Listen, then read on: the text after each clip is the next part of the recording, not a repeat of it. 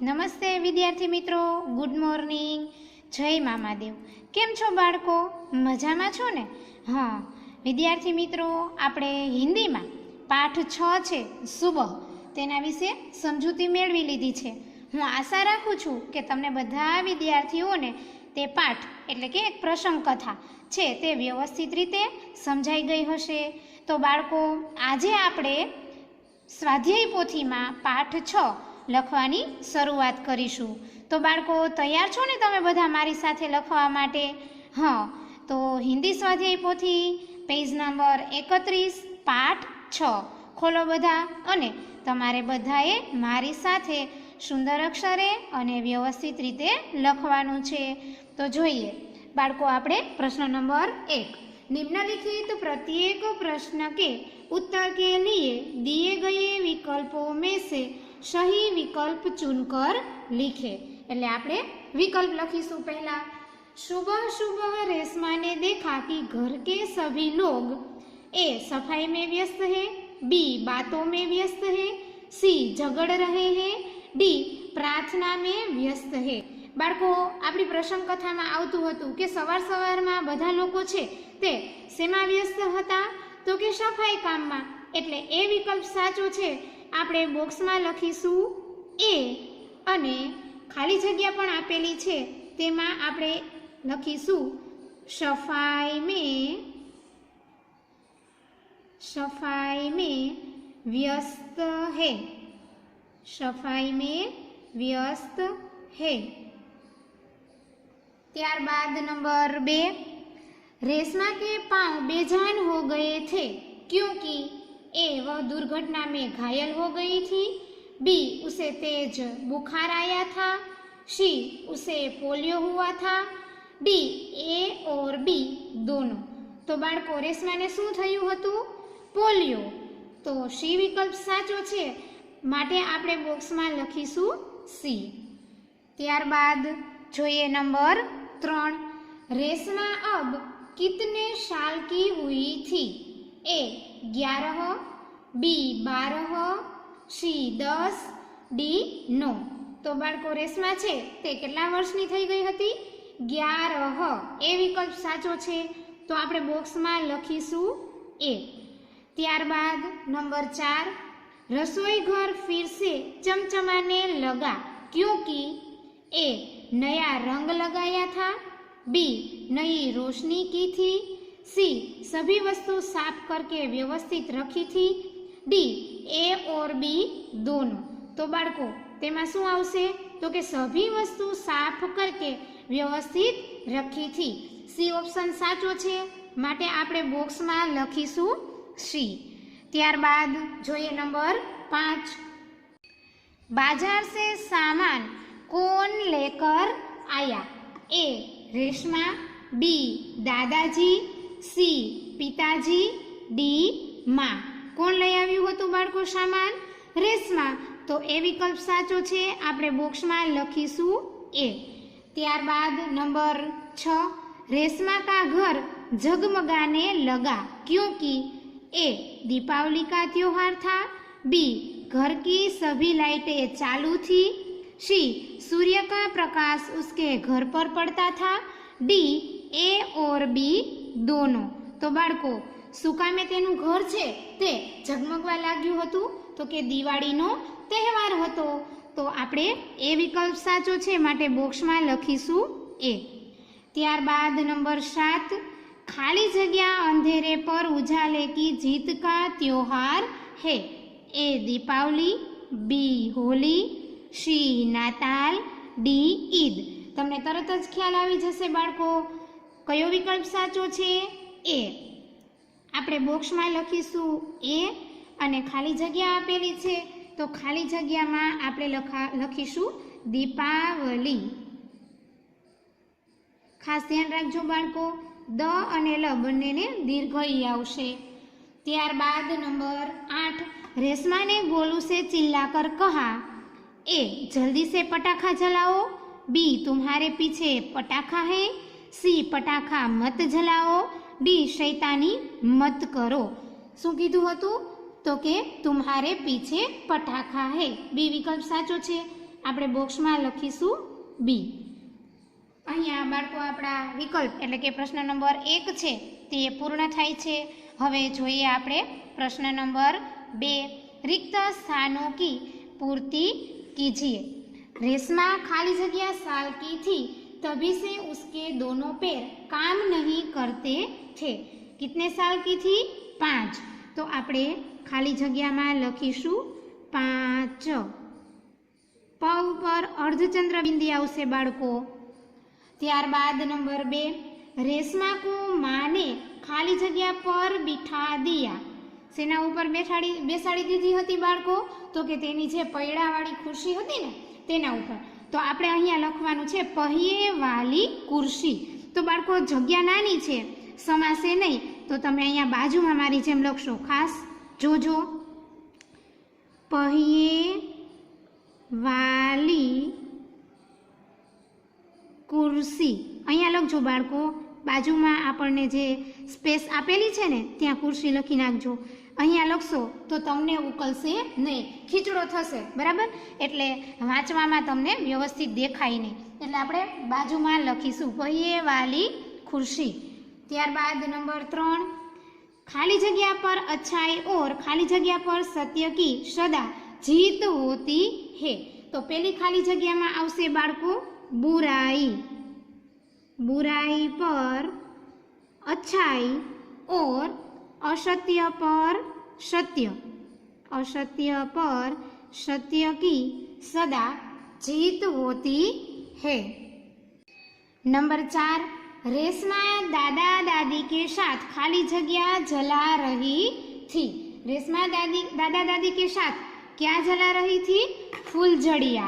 तो આપણે ખાલી જગ્યામાં લખીશું फूलझड़िया. फूलझड़िया.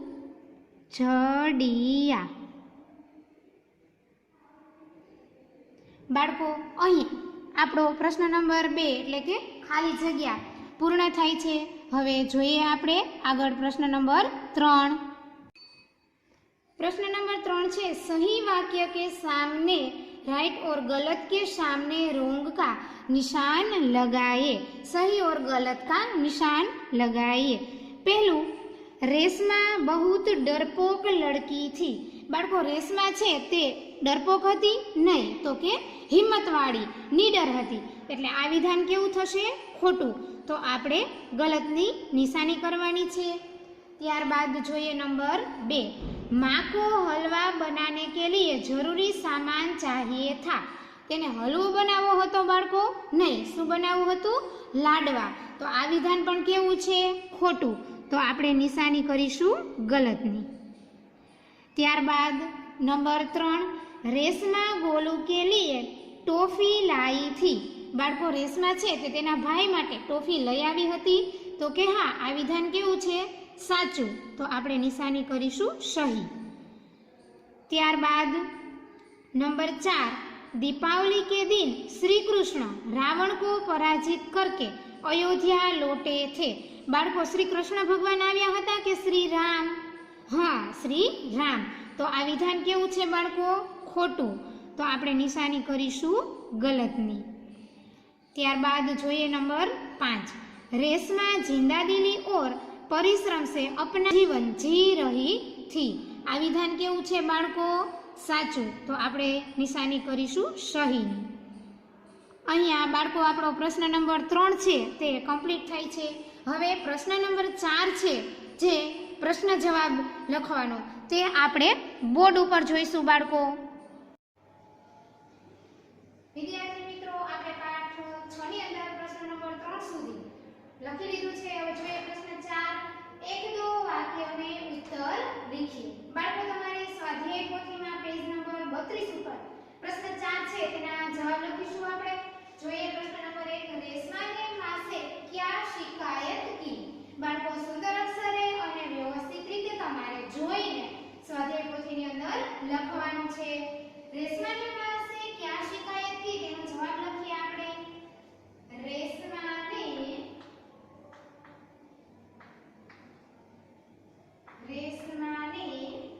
मां से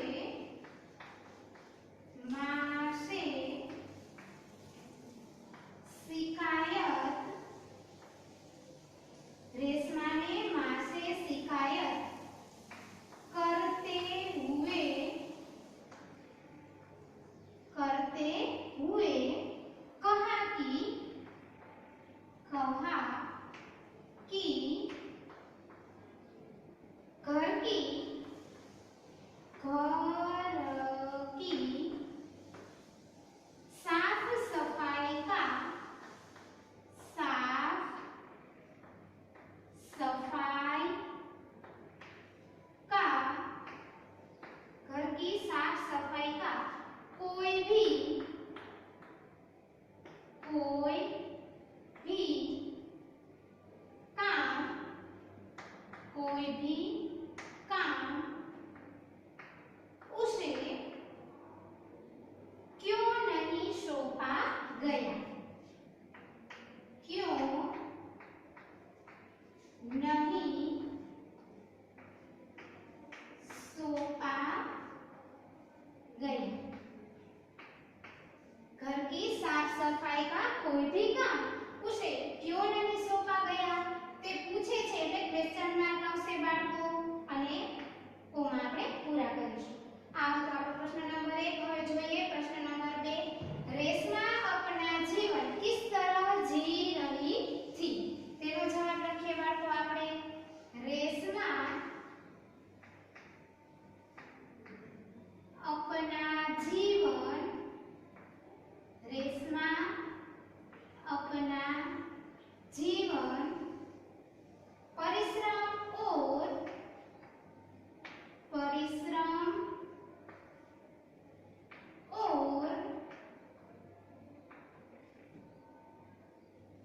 जिंदादिली से, जिंदादिली,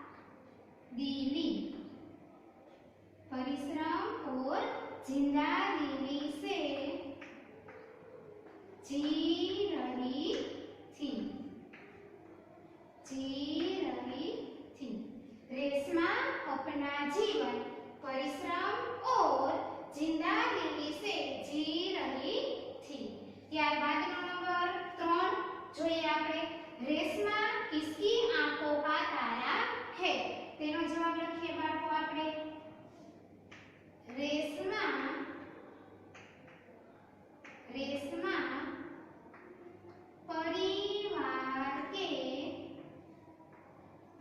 परिवार के सभी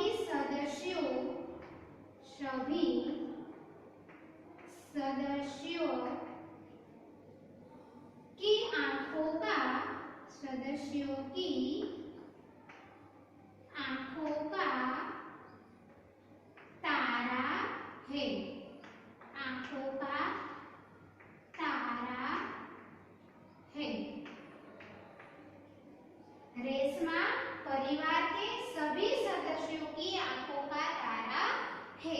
ત્યારબાદનો પ્રશ્ન નંબર 4 જોઈએ બાળકો। मां क्यों परेशान थी। બાળકો જવાબ છે થોડો મોટો છે એટલે વ્યવસ્થિત અને સારા અક્ષરે લખજો, ક્યાંય ભૂલાઈ ન જાય તેનું ખાસ ધ્યાન રાખજો। હું અહીંયાથી જ લખવાની શરૂઆત કરું છું બાળકો, જોજો।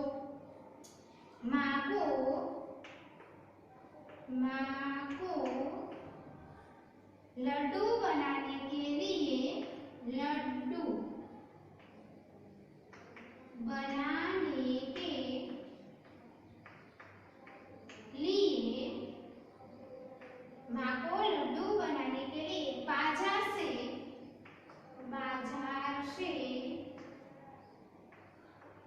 कुछ जरूरी सामान चाहिए था, जरूरी सामान चाहिए था। सामान लाने वाला, सामान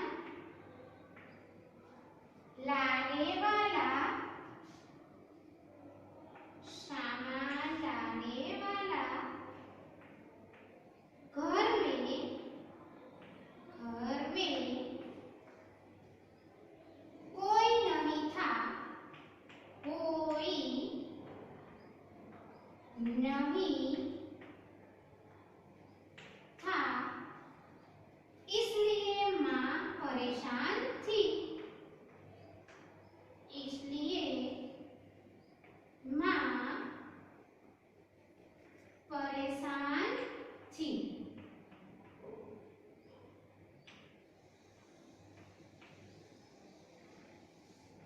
प्रश्न नंबर 5। दीपावली कैसा त्योहार है। તેનો જવાબ લખીએ આપણે। दीपावली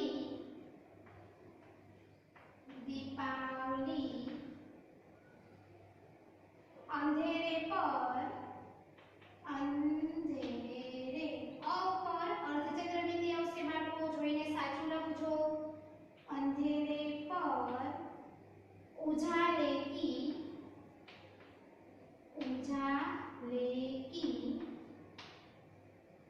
का त्योहार है। जीत का त्योहार है।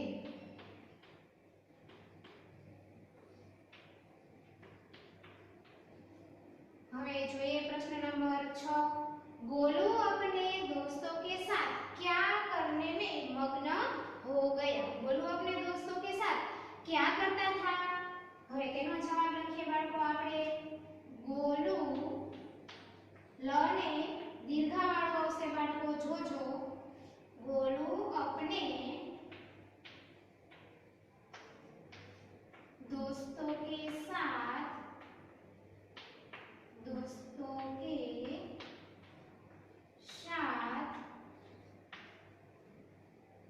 पटाखे छुड़ाने में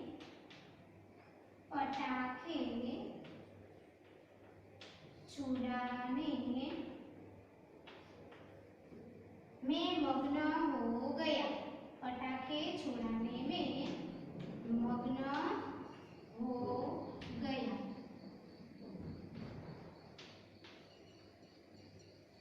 ત્યારબાદ જોઈએ આપણે પ્રશ્ન નંબર 7।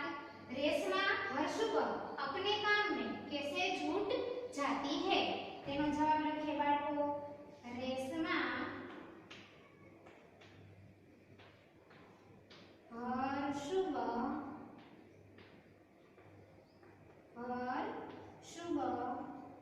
नए इरादे के साथ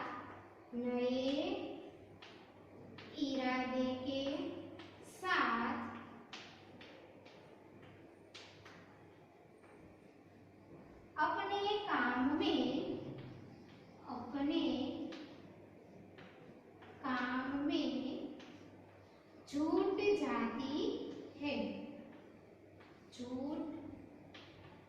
जाती है। रेशमा हर सुबह नए इरादे के साथ अपने काम में जुट जाती है। त्यारबाद नंबर 8। इस प्रसंग कथा में हमें क्या सीख मिलती है। तेनो जवाब लखिए बाळको। इस प्रसंग कथा में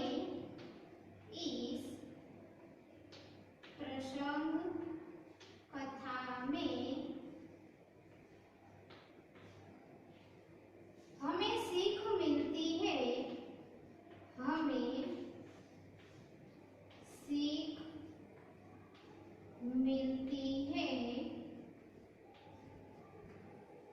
कि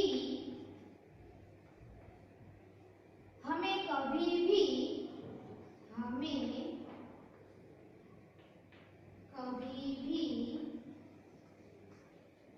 हार नहीं माननी चाहिए। हार नहीं माननी बेनो आवशे बाळको जोजो। हार नहीं माननी चाहिए। आत्मविश्वास के साथ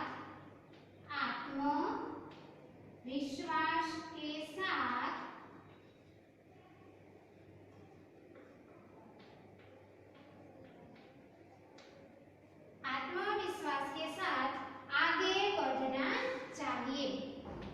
आगे बढ़ना चाहिए। बाळ मित्रों અહીંયા આપણો પ્રશ્ન નંબર 4 એટલે કે તેના જે પેટા પ્રશ્ન 8 હતા તે કમ્પ્લીટ થઈ છે। તમારે બધાએ સુંદર અક્ષરે અને વ્યવસ્થિત રીતે લખી લેવાનું છે। ત્યારબાદ પ્રશ્ન નંબર 5